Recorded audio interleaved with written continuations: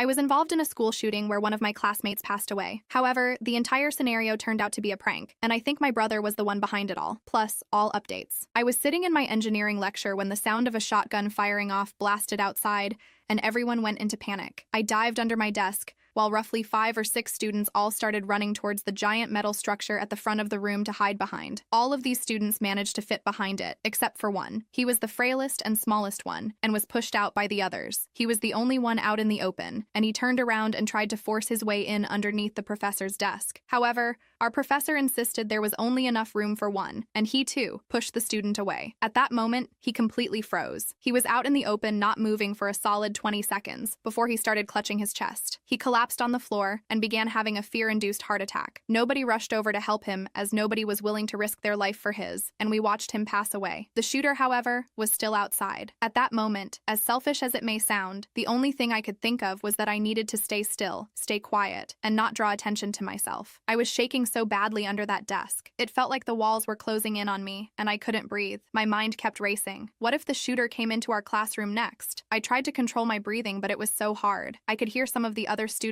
around me crying and whispering prayers under their breath. Minutes passed, but they felt like hours. As I'm crouched under the desk, trying not to lose it completely, my phone starts going nuts in my pocket. I can hear the same thing happening all around the room. Everyone's phones were buzzing like crazy. I pulled out my phone and checked the screen. There's this flood of notifications, text after text, coming in from friends, classmates, and even my parents. The first one was from my roommate, asking if I was okay because she heard there was a shooter on campus. Then another one popped up from some classmate I barely talked to, warning me to stay inside. And then there's the one from my mom, which just hits me like a ton of bricks. Please tell me you're okay. There's a shooter at your school. I'm so scared. Please call me as soon as you can, she said. Everyone was saying there was a shooter near the Humanities building, which was the exact building we were in. I looked around the room and saw the same fear on everyone's faces. We were all huddled under our desks, staring at our phones. Some people are texting like crazy, trying to let their families know they're okay, while others are just sitting there, frozen in fear. I quickly texted my mom back to let her know I was okay,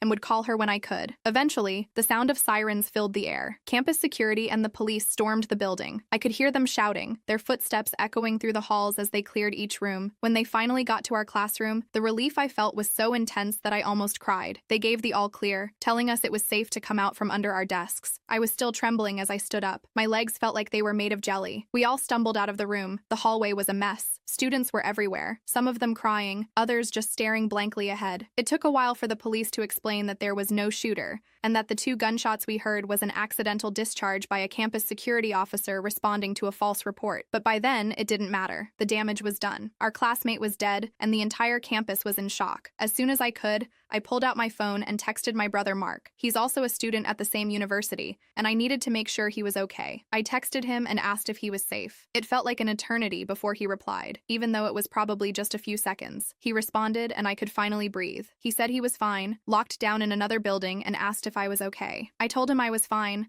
but the truth was I wasn't. I don't think anyone on campus was fine after what had just happened. I saw my classmate pass away right in front of me. That night, I went to Mark's apartment. I needed to see him to know for sure that he was okay. When I got there, I expected him to be as shaken up as I was. I thought we'd sit and talk about what happened, but when he opened the door, he was different than I expected. He was eerily calm. He greeted me at the door, and I asked him if he was okay. He said that he was fine, and I followed him into the apartment. The place was a mess, which was strange for Mark. He was usually pretty tidy, but empty coffee cups and papers were scattered everywhere. It looked like he hadn't been taking care of himself, but he didn't seem to care. We sat down and I tried to talk to him about what had happened, but he kept deflecting. Every time I brought up the incident, he'd change the subject or give me some vague answer that didn't really say anything. It was frustrating, but I didn't want to push him too hard. I figured maybe he was dealing with it in his own way, and I just needed to give him some space. But over the next few days, things only got stranger. Mark became more and more secretive. He'd leave the room to take phone calls, and when I asked him who he was talking to, he'd just shrug and say it was no one important. He started avoiding certain parts of campus, especially where the incident occurred, even though he had a class in the Humanities building twice a week. And every time I tried to ask him about it, he'd brush me off or get defensive. I couldn't shake the feeling that something was seriously wrong. It was like he was hiding something from me, and I hated it. I'd always been close with Mark, and we've never kept secrets from each other. So why was he acting like this now? When I heard him talking on the phone late one night, I couldn't help myself. I had to know what was going on. I crept down the hallway, trying to be as quiet as possible, and pressed my ear against his bedroom door. My heart was pounding so loud I was sure he'd hear it. I strained to make out what he was saying, but his voice was muffled. I could only catch bits and pieces, but then, clear as day, I heard 3 words that sent chills down my spine. Wasn't supposed to. I froze, trying to process what I'd just heard. Wasn't supposed to what? I thought of the possibilities, and none of them were good. I didn't dare stick around to hear more. I quickly tiptoed back down the hall and threw myself onto the living room couch, threw something on the TV, and tried to pretend I'd been watching it the whole time. A few moments later, I heard Mark hang up the phone. He walked into the living room, and I forced myself to act natural. But inside, I was freaking out, trying to piece together what those 3 words could possibly mean. I started to get suspicious. I knew something was going on, and I was determined to find out what it was. I started digging around, talking to people who knew him, trying to figure out what he was up to. It didn't take long before I found something that made my stomach drop. Mark had been spending a lot of time with a group of students notorious for pulling extreme pranks. These weren't harmless or funny, they were dangerous, the kind that could get people seriously hurt. The more I found out, the worse it got. I couldn't believe that Mark would get involved with people like that, but the evidence was piling up. I didn't want to jump to conclusions, but I had a gut feeling that this group had something to do with what happened that day on campus. I tried to confront Mark about it, but he just got more defensive and more evasive. It was like he was a completely different person, and I didn't know what to do. Then one night I went to his apartment again. I was determined to get some answers. When I got there, I heard voices coming from inside. Mark was arguing with someone, and they didn't know I was outside the door listening. What I heard made my blood run cold. They were talking about the incident, about how it was supposed to be a prank. They had staged the whole active shooter scenario as a joke,